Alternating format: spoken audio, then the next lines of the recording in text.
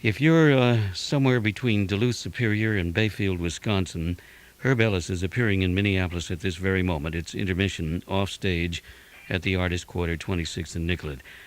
Herb Ellis, it's good to have you on the line again. Thank you, Leigh. It's nice to be back in Minneapolis. You're an Arkansas traveler now. Yes, I moved to Fairfield Bay, Arkansas about 10 months ago. It's 90 miles north of Little Rock.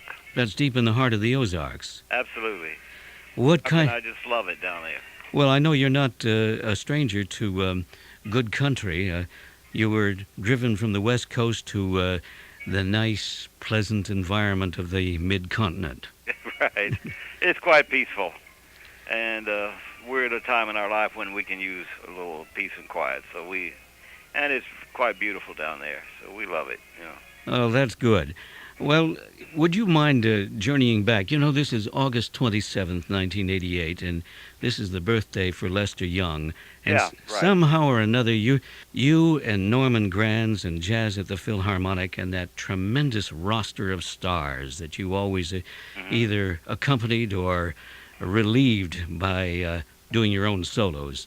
Yeah. Would you kind of sketch for me your just off the top of your head impressions of the Jazz at the Philharmonic life? Well, I joined Oscar Peterson Trio. That was Oscar and Ray Brown and myself in 1953, and I was with Oscar for 6 years. And then I left and was going to stay home in Los Angeles, but Ella Fitzgerald made me an offer I couldn't refuse, so I went back out with her for a couple of years. So that means about 8 years that I played with Oscar and with Ella. And then twice a year we would travel with a large group called Jazz at the Philharmonic, and we played all the large cities in the States. We went to Japan, and we played in Europe. And the people in that were the great jazz stars of that day, and they're all still remembered, and many of them are still around playing. Some of them are not. And it was people like, I don't know, Gene Krupa and Buddy Rich, Ray Brown, Oscar Peterson, Dizzy Gillespie, Roy Eldridge. And did you have a share, a date or two with Lester Young? Lester Young, and oh sure, I played many concerts. He was on all the concerts, almost all of them, and then I made some albums with Lester. I know you did that. I was just, as you think back to those times, Norman Granz, if I understand it, really had a genius for putting people together. Did it work? Almost always. He had the knack for putting the right people together that would make the chemistry right for the music. And Norman Granz was very kind and very fond of the musicians, and he treated us all with respect and dignity and paid us well.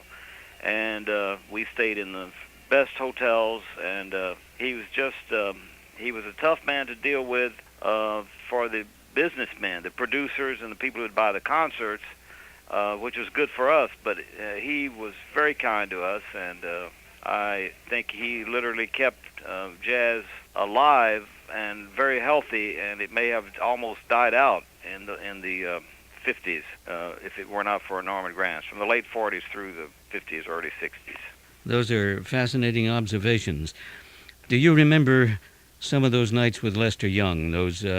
He, of course, spent some time in Minneapolis in 1934, playing at a place called the Cotton Club. Yeah. Run by Pete Corellis, whom you played for at Freddie's. Mm-hmm. And those were rather fascinating days for us in this part of the world. Well, Lester Young and Coleman Hawkins were the two most instrumental saxophone players for shaping the nature of the way the saxophone was played. More people copied either Coleman Hawkins or Lester Young. Almost all the players at that period copied them. Even the ones playing today are derivative of one of their styles, either a Lester Young style, that would include Stan Getz and people like that, or a Coleman Hawkins style, which would be more of a Coltrane, but they were the two cornerstones of tenor sax. And I remember Lester, he had a unique lifestyle and had a unique way of talking and explaining things in his own language. He was created a lot of statements, so-called hip phrases that are used today that a lot of people don't know where they come from. But a lot of them came from Lester. I'll tell you one short story about Lester and his way of thinking and putting things. He was working one night in the Birdland in New York, and he had not gotten the band. The owners had gotten the band, and they played the first set, and there was a trumpet player that just played terrible. And they got off the stand, and the trumpet player came up to Lester, whose nickname was called Prez, president of the saxophone, I guess. And this trumpet player said to Lester in a very hip way, he said, "Hey, Prez," he said, "when's the last time we played together?" And Lester said, "Tonight." A marvelous story. Well, Herb, thanks so much for sharing those observations. All right. And I've got one more night. Oh, yes. We'll see you on stand tonight for this next set, and there are 2 more sets to go, and then again on Sunday night. Good enough. Herb Ellis, pleasure always talking with you. All right, Leigh. I'll Thank see you. you soon. See you tomorrow night.